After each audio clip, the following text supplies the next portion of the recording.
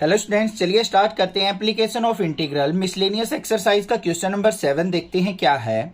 Find the area enclosed by the parabola 4y equal to 3x square and the line 2y equal to 3x plus 12। यहाँ पे देखो, एक तो parabola की equation दे रखी है, एक लाइन की इक्वेशन दे रखी है। तो सबसे पहले हमें इसका फिगर ड्रॉ करना है, फिर देखना है कि पैराबोला और ये लाइन कौन सा एरिया एनक्लोज करती है। उससे हम लिमिट फाइंड आउट करेंगे और फिर अपने इन फंक्शंस का यूज करते हुए इंटीग्रेशन कर लेंगे। तो सबसे पहले देखो हमें क्या दे रखी है इक्वेशन। एक तो दे रखी है 4y equal to 3x square. अब ये कौन सा पैराबोला है, हमारा y एक्सिस पे बनेगा। पॉजिटिव दे रखा है तो वर्टिकल पैराबोला होगा, मतलब अपवर्ड पैराबोला। इस तरीके से हमारा पैराबोला बन जाएगा अपवर्ड। ये हो गया हमारा अपवर्ड पैराबोला। ओरिजिन से पास होगा, क्यों? अगर y की वैल्यू 0 पुट करोगे तो x की वैल्यू भी 0 आएगी, x की वैल्यू 0 पुट करोगे तो y की भी 0 आएगी। तो ये फिक्स हो गया कि ओरिजिन से पास होगा 0,0 से।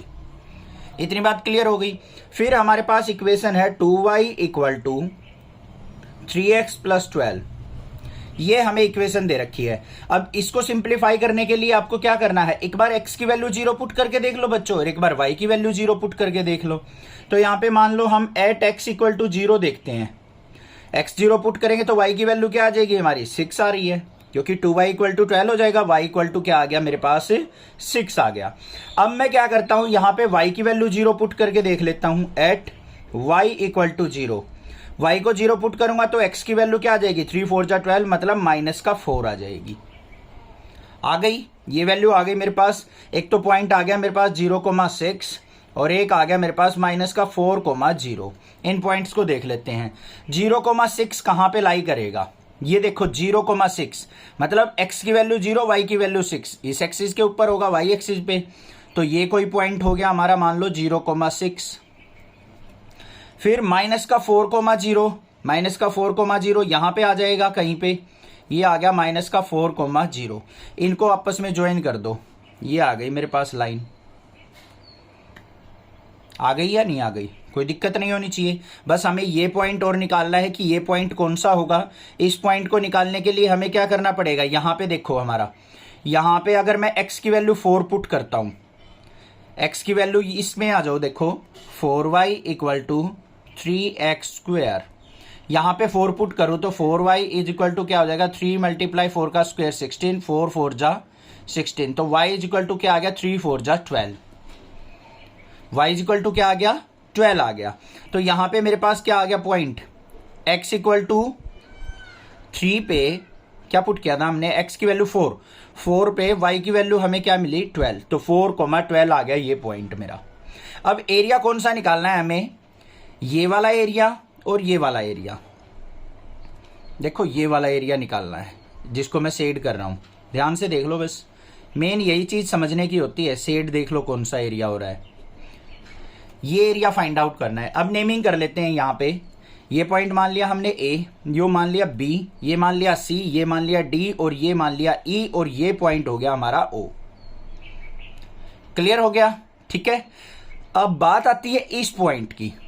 ये पॉइंट भी तो चाहिए मुझे, तभी तो हम सिंप्लीफाई करेंगे। ये पॉइंट क्या होगा, इस पॉइंट को देखो। अब उसके लिए आपको क्या करना पड़ेगा, जो हमारी पैराबोला की इक्वेशन और लाइन की इक्वेशन है, इन दोनों को आपस में सिंप्लीफाई करना पड़ेगा। उनसे भी ये और ये पॉइंट आ जाएंगे हमारे। देखो कैसे, हमारे पास क्या दे रखा है, 4y equal to 3x square, और दूसरी इक्वेशन दे रखी है 2y is equal to 3x plus 12।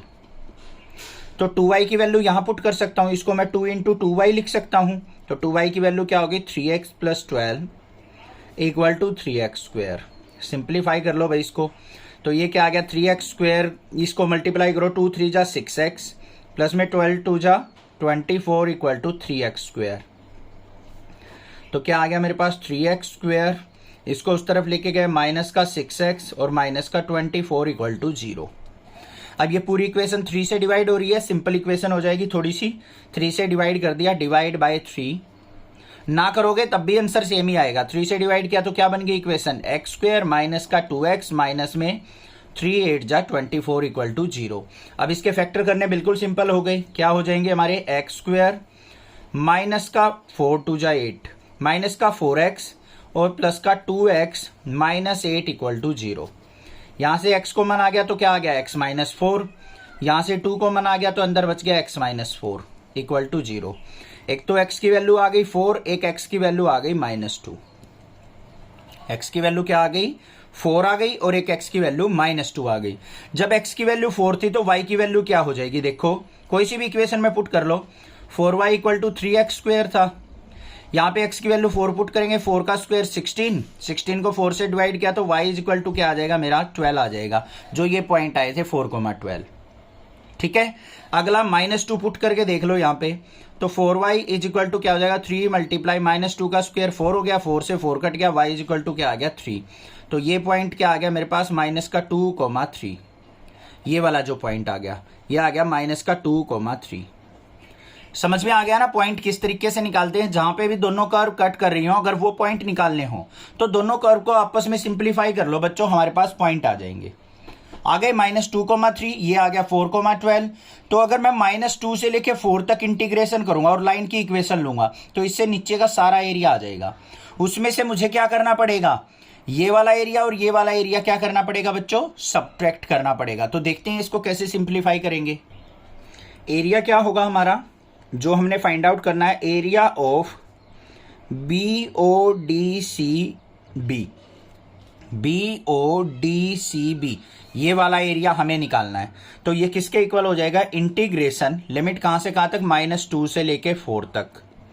ऊपर किसकी लिमिट चलेगी, सबसे ऊपर कौन सी कर्व है हमारी, लाइन है, तो लाइन की इक्वेशन आएगी यहाँ पे y dx।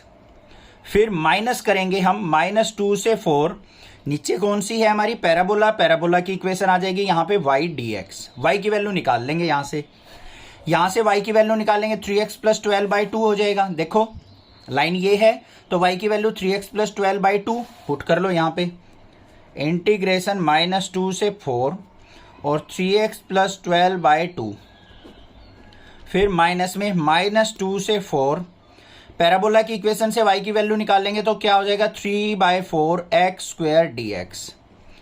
x के रिस्पेक्ट में इंटीग्रेशन कर रहे हैं तो x का ही फंक्शन होना चाहिए और लिमिट भी हमारी किसकी होनी चाहिए, x की, तो ये x की ही ली है हमने। ये आ गया मेरे पास, इसको सिंप्लीफाई कर लो बच्चों। अब क्या हो जाएगा, इस 2 को अगर बाहर लेना चाहो तो ले सकते हो, अदरवाइज इसको डायरेक्टली भी इंटीग्रेट कर सकते हैं हम। 3x/2 है ये, तो 3/2 x का क्या हो जाएगा x²/2, फिर प्लस में 12/2 और साथ में क्या आ जाएगा x, और लिमिट कहां से कहां तक, -2 से लेके 4 तक। फिर माइनस का साइन, 3/4 बाहर, x² का क्या हो जाएगा x³ और लिमिट कहां से कहां तक, -2 से लेके 4 तक। इसको सिंप्लीफाई करेंगे, 2 से इसको कट किया, 2 6 जा 12, ये आ गया मेरे पास 3/4। पहले अपर लिमिट पर पुट करेंगे, 4 का स्क्वायर 16, फिर प्लस में 6 × 4, माइनस में अब लोअर लिमिट 3/4 -2 का स्क्वायर 4, यहाँ पे माइनस का क्या हो जाएगा 6 2 जा 12। ये तो हो गया ये upper limit minus lower limit. अब इस पे आ जाओ, माइनस का 3/4, 3 से 3 कट गया भाई, 1/4 ले लो, इनटू में x³ में 4 का क्यूब करेंगे, 4 4 जा 16, 4 जा क्या हो जाएगा हमारा, ये हो जाएगा, आप यहाँ पे इसको डायरेक्टली लिख लो, 4 का क्यूब लिख लो अभी, फिर माइनस में -2 का क्यूब, ये आ गया। अब इसको थोड़ा और सिंप्लीफाई करते हैं, देखो क्या कैंसिल आउट हो रहा है, 4 4 जा 16, तो 4 3 जा क्या आ गया 12, प्लस में 6 4 जा 64, नहीं गलत हो गया, 4 6 जा 24, ऐसे ध्यान रखना थोड़ा सा, कहीं माइंड कुछ और हो तो 6 4 जा 64 भी लिखा जाता है कई बार कैलकुलेशन में। माइनस में 4 से 4 कट गया, -3 और -12 क्या हो गया, -15 आ गया। आगे माइनस का 1/4 × 4 का क्यूब, फिर माइनस माइनस ये प्लस हो जाएगा अंदर, और फिर माइनस का 2 का क्यूब क्या हो गया 8/4, ये आ गया मेरे पास। तो 4 1 जा 4, 4 2 जा 8, सिंप्लीफाई कर लो इसको आगे, ये कितना आ गया मेरा, ये यहाँ पे 24 और 12 36, 36 में से 15 गया मेरा, ये 15 ही बचेगा ना, एक बार देख लो ध्यान से। यहाँ पे -2 पुट किया था, ये इस तरीके से आएगा बच्चों, तो ये -12 का क्या हो जाएगा यहाँ पे प्लस का 12 हो जाएगा, माइनस अंदर जाएगा तो 12 में से 3 गया तो यहाँ पे क्या आएगा, माइनस का 9 आएगा हमारा, नहीं प्लस का माइनस माइनस प्लस का 9 आ जाएगा। माइनस अंदर गया, -3 + 12, 12 में से 3 गया प्लस का 9, ये कितना हो गया 24 और 12 36 और 9 कितना हो गया मेरा 45।